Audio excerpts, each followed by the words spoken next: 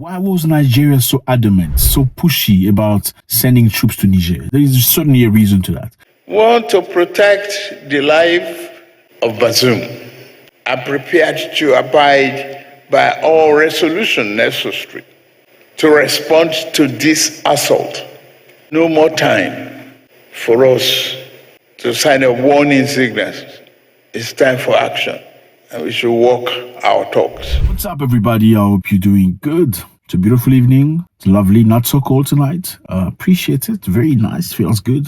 It's late, but I needed to speak to you. We have information we want to share with you so we can all be on the same page, okay? Thank you very much for stopping by. I appreciate you. Thank you very much. Thank you so much for being part of this family. I can feel that it's very slowly so many people coming, and I appreciate your comments. I'm reading all of them. Your insight is very insightful, and I appreciate it. So I see you, South Africa. As always, I see you. Ghana, thank you very much. Nigeria, thank you so much. Kenya, for stopping by. Rwanda, thank you very much. Burundi, I appreciate you. Sudan, thank you. Jamaica, thank you. The Caribbeans, thank you. Brazil, we've learned that so many people follow us from Brazil and Southern America. We appreciate you guys. Thank you so much. United States of America, we are together. I'm your brother. Of course, that's the reason why you come back here, because when you look at me, you see a little bit of you, a little bit of your cousin, maybe your uncle or your brother, whichever way. I appreciate you so much. Please, it's your first time. Feel free. First of all, let's all do this before we start. Absolutely, let's do this. Then let's subscribe so we can make our family much bigger. I want us to hit 100,000 followers before the end of the month. I'm sure we can do this, right? Let's do it.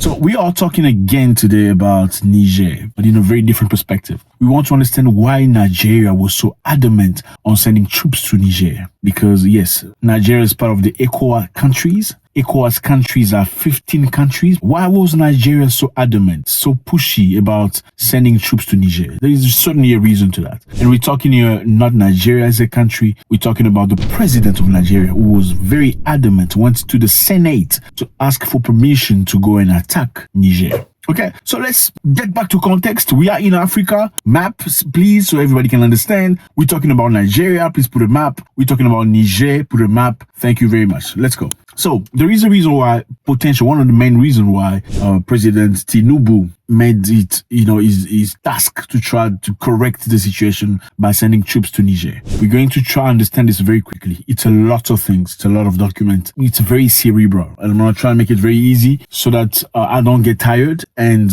we get to understand very quickly. I'm not getting into the details. I'm sure if you need the details, we're probably going to put links for you to go look. We're just going to make it very simple and stupid so everybody can understand. So basically, Nigeria has a possibility of a contract to send gas from Nigeria to Europe. Yes. And because of things that has happened between Russia and Europe, for those of you who understand and remember, the tubes that transferred Russian gas to Europe were destroyed. Nord Stream. Do you remember? Yes. The Nord Stream were bombed by, we're going to talk about that some other time, and Russia could not send gas to Europe anymore. And because that became difficult, and the United States of America felt like Russia could manipulate Europeans' opinion because of gas, whoever decided to destroy it. And, they destroyed it. Are we together? Europe need alternative to the Russian gas. The way out options, they had Algeria as an option, they had Nigeria as an option. Nigeria is one of the biggest producer, not only of oil or petrol, but also of gas. So they had the projects from many, many years ago, a project coming from Nigeria, taking gas from Nigeria, channeling gas to Niger, then to Algeria, and all the way to Europe, across the Mediterranean. This project has been stalling for 40 years because they had so many issues, misunderstanding, terrorism, Boko Harams, and many other issues, okay? Now, with the gazoduct or the Nord Stream pipeline being exploded, Europe urgently needed an alternative way of getting gas. And Nigeria was one of the biggest potential giver or, partners from whom they could get gas. And what does that mean? That means a lot of money for Nigeria. Okay, so the pipeline is supposed to be built. Already the project is on, working between Nigeria to Europe, but going across Niger and Algeria. You get it? Now, the reason why the president was very adamant about sending troops to Niger is because those pipes go through Niger. And obviously they signed papers with Niger, with the previous government. With the new government, it's very difficult to ensure the partners, the investors, the return of their money because it's new people, new agenda, new mentality. So it was very necessary for him to push that. Let's see very quickly so we can understand. I'm sure I've broken it down good enough for most of us. So a few days back, President Bola Tinubu has called on the government of the UK to deepen its partnership with Nigeria and Africa by investing more across the sector to see African continent attain more sustainable and broad-based prosperity. So he asked the United Kingdom to come and invest in Africa for Africans to get richer. Tinubu made a call yesterday when he received the UK Secretary of Commonwealth, James Cleverly, in his office. I am happy to know that the United Kingdom is ready to work with us in Nigeria and Africa. The UK must do more for the continent. We have not developed a competitive economy, the president said. The Western Economic Program should be able to help Nigeria pipe our gas to Europe. Since the gas is acceptable as an alternative clean energy, you must help us with the finance and facilitate the investment we require. So you see here, President Tinubu of Nigeria discussing with the Foreign Commonwealth Development Affairs, Mr. James Cleverly, on how he's soliciting the investment of the UK in order to get the gas from Nigeria all the way to Europe. He said, on democracy, peace and stability in West Africa, Tinubu said security will remain a challenge as long as there are unstable government in the sub-region. Obviously, Niger now looks like an unstable government for Tinubu.